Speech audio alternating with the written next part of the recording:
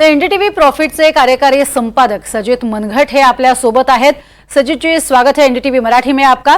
पहली बात तो ये बताइए कि ये पूरे मामले में जो आरोप बताए थे चार्जशीट में, एक तो अदानी या उनके किसी भी अधिकारी का या किसी भी जो हम बोलते हैं कि उनके बेटे का नाम तो नहीं है, और दूसरी बात इस पूरे मामले में कोई भी सबूत नहीं है और फिर भी आरोप लगाया जा रहा है, यहाँ से राजनीति की जा रही है, ऐसे आरोप हो रहे हैं। जी, ये पिछले हफ्ते की बात है और मैं आपको थोड़ा सा बैकग्राउंड देना चाहता हूँ, जिस उसके बाद उसको एलैबोरेट करने में थोड़ी सी आसानी रहेगी कि पिछले हफ्ते यूएस ईस्टर्न डिस्ट्रिक्ट कोर्ट में एक इंडाइटमेंट फाइल किया गया था। और इंडाइटमेंट मतलब एक चार्जशीट की तरह होता है, जिसमें इन्वेस्टिगेशन जो था एक यूएस की लिस्टेड कंपनी के ऊपर था, एज्योर एनर्जी के नाम पे, और उसका जो लार्जेस्ट शेयर होल्डर था सीडीपीक्यू, उसके अगेंस्ट था। और उस इन्वेस्टिगेशन के तहत अदानी ग्रुप समूह के ऑफिशियल्स, जिसमें गौतम अदानी, सागर अदानी और विनीत जैन का नाम लिया गया था कि ये एक कॉन्स्पिरेसी में इन्वॉल्व हैं या हो सकते हैं विद ब्राइबरी को लेके। और उसमें जो इंडाइटमेंट में चार्जशीट जो फाइल की थी उसमें 5 काउंट्स थे। सबसे पहला काउंट जो था वो है वायलेशन ऑफ एफसीपीए, जो कि जिसको कहते हैं फॉरेन करप्ट प्रैक्टिसेस एक्ट, जिसमें यूएस लिस्टेड जो कंपनीज होती हैं वो तब दूसरे देशों में जाती हैं तो वहाँ पर वो कोई करप्ट एक्ट ना करे, जैसे कि ब्राइबरी दे या कॉन्ट्रैक्ट्स के लिए या एक्सपेंशन के लिए, उसको प्रिवेंट करने के लिए वो एक्ट बनाया गया था। और जो वो है वो एक मेजर कानून है सारे यूएस लिस्टेड कंपनीज के लिए। उस एक्ट के अंदर गौतम अदानी, सागर अदानी और विनीत जैन का नाम नहीं है वायलेशन के लिए। और जो काउंट 5 जो है जिसकी बात कर रहे हैं, ऑब्स्ट्रक्शन ऑफ जस्टिस, जो महेश जेठमलानी और मुकुल रोहतगी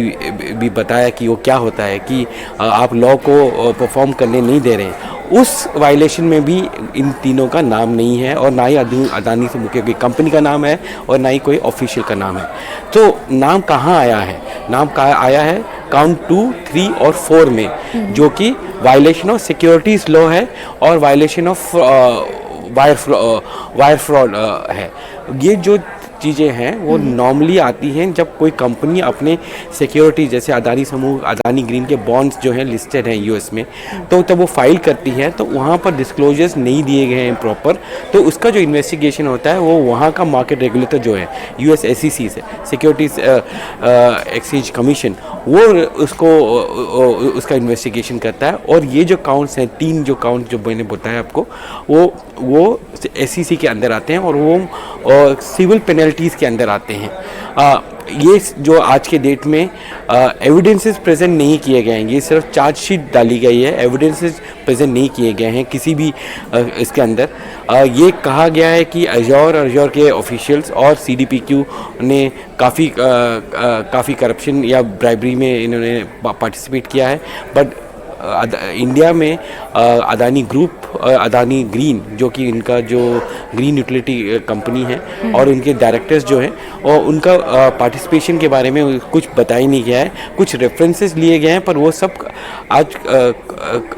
विदाउट एविडेंस हैं। तो जो मेन काउंट है जिसको लेके बवाल उठा है कि ब्राइबरी चार्जेस हैं, करप्शन चार्जेस हैं, ये सब चार्जेस अदानी ग्रुप के ऊपर, अदानी ग्रुप के डायरेक्टर्स के ऊपर या फाउंडर फैमिली के ऊपर नहीं आए हैं। ये स्टॉक एक्सचेंज की जो डिस्क्लोजर है उसमें अदानी ग्रीन ने बताया है। इम्पॉर्टेंट चीज़ ये देखने के लिए है कि ये जो चीज़ें हैं वो माइनर सिविल पेनल्टीज़ में आती हैं, और कंपनीज, और इससे पहले भी काफ़ी कंपनीज़ के ऊपर ये इम्पोज किया गया है, और ये सारी कंपनीज़ फिर इसको कंटेस्ट करती हैं और इसके खिलाफ करती हैं या एविडेंसेस मांगती हैं, और अगर नहीं होता है तो ये या तो छूट जाते हैं या माइनर पेनल्टीज़ देके ये निकल सकते हैं इसमें से। क्योंकि डिस्क्लोजर्स की बात हो रही है कि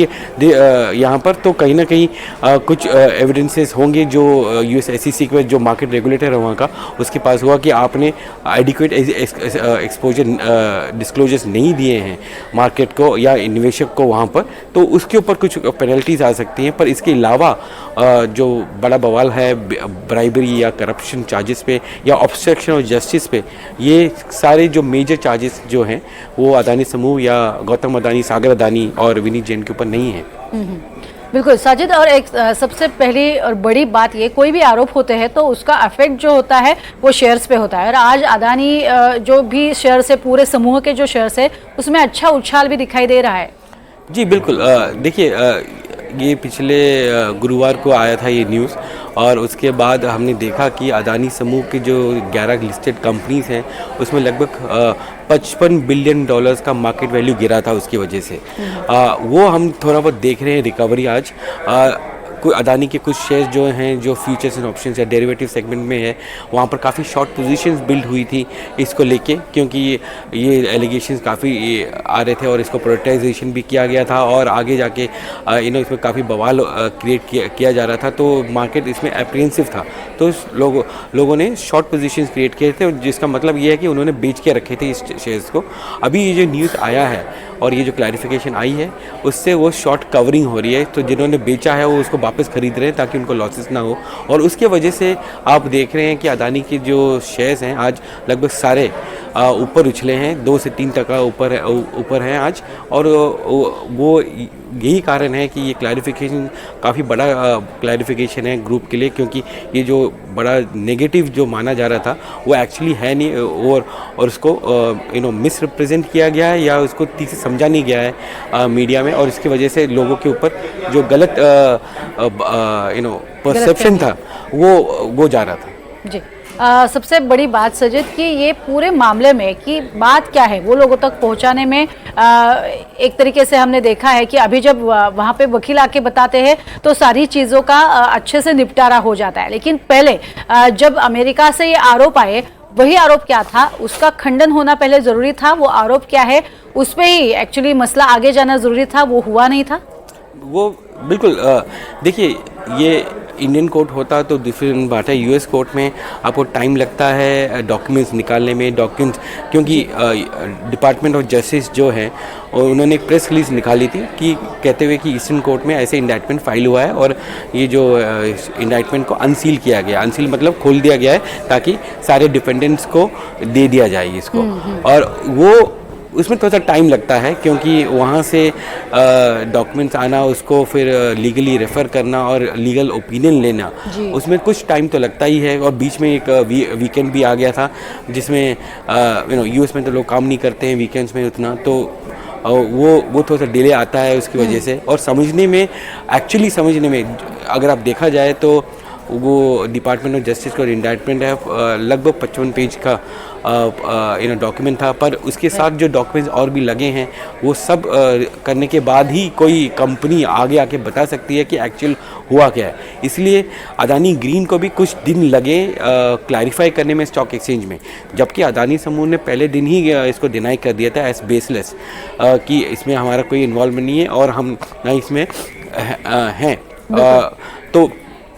कंपनी का जो डिस्क्लोजर आज है वो तो रेगुलेटरी डिस्क्लोजर है, क्योंकि उसको स्टॉक एक्सचेंज को बताना होता है, कुछ ऐसा कुछ मटेरियल इन्फॉर्मेशन अगर आती है तो उसको क्लैरिफाई करना ज़रूरी होता है, और उसके लिए क्लैरिफिकेशन के लिए उनको लीगली अपने सारे